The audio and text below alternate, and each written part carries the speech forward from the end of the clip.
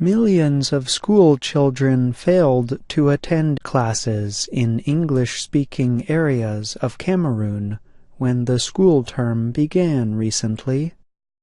Schools opened after the government released many of the jailed leaders of protests in Cameroon's English-speaking areas.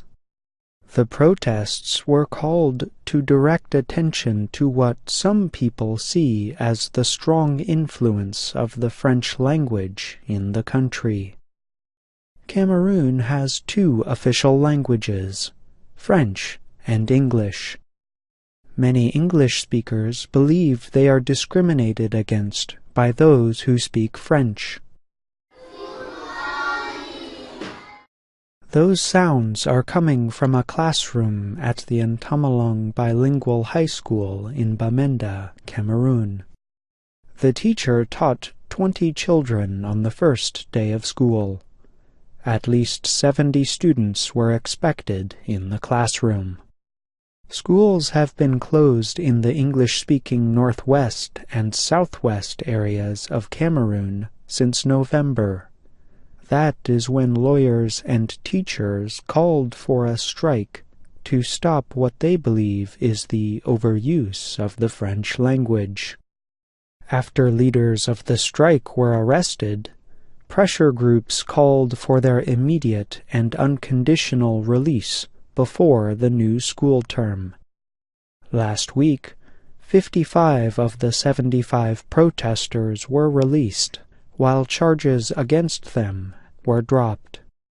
Observers said their release was an important concession to the strikers' demands.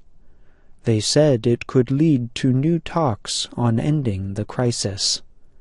However, separatist groups are asking for President Paul Biya to release 20 other protesters and to call back those who escaped into exile.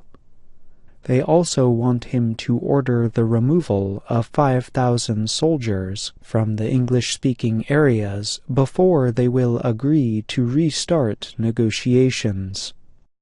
Finian Tim is a reporter. He was released from jail after 7 months. He says the detainees want to see schools reopen. We were pleading with our brothers to stop whatever thing they're doing because what they were doing, like ghost towns, was not helping us in any way. The government sent officials to the English-speaking areas in an effort to persuade parents to send their children back to school. Fu Callistus is the Secretary of State in the Ministry of Industries, Mines, and Technological Development. He visited northwestern Cameroon. The state cannot sit and fold its hands and see people being prevented from going to school. Such a state becomes an irresponsible state in the eyes of the world community. If you prevent somebody from going to school, it cannot be accepted. President Biya reacted to the strike by announcing reforms. These include a new common law division at the Supreme Court and the appointment of the first English speaker to lead the judicial bench of the court.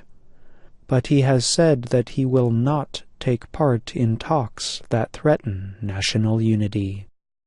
I'm John Russell.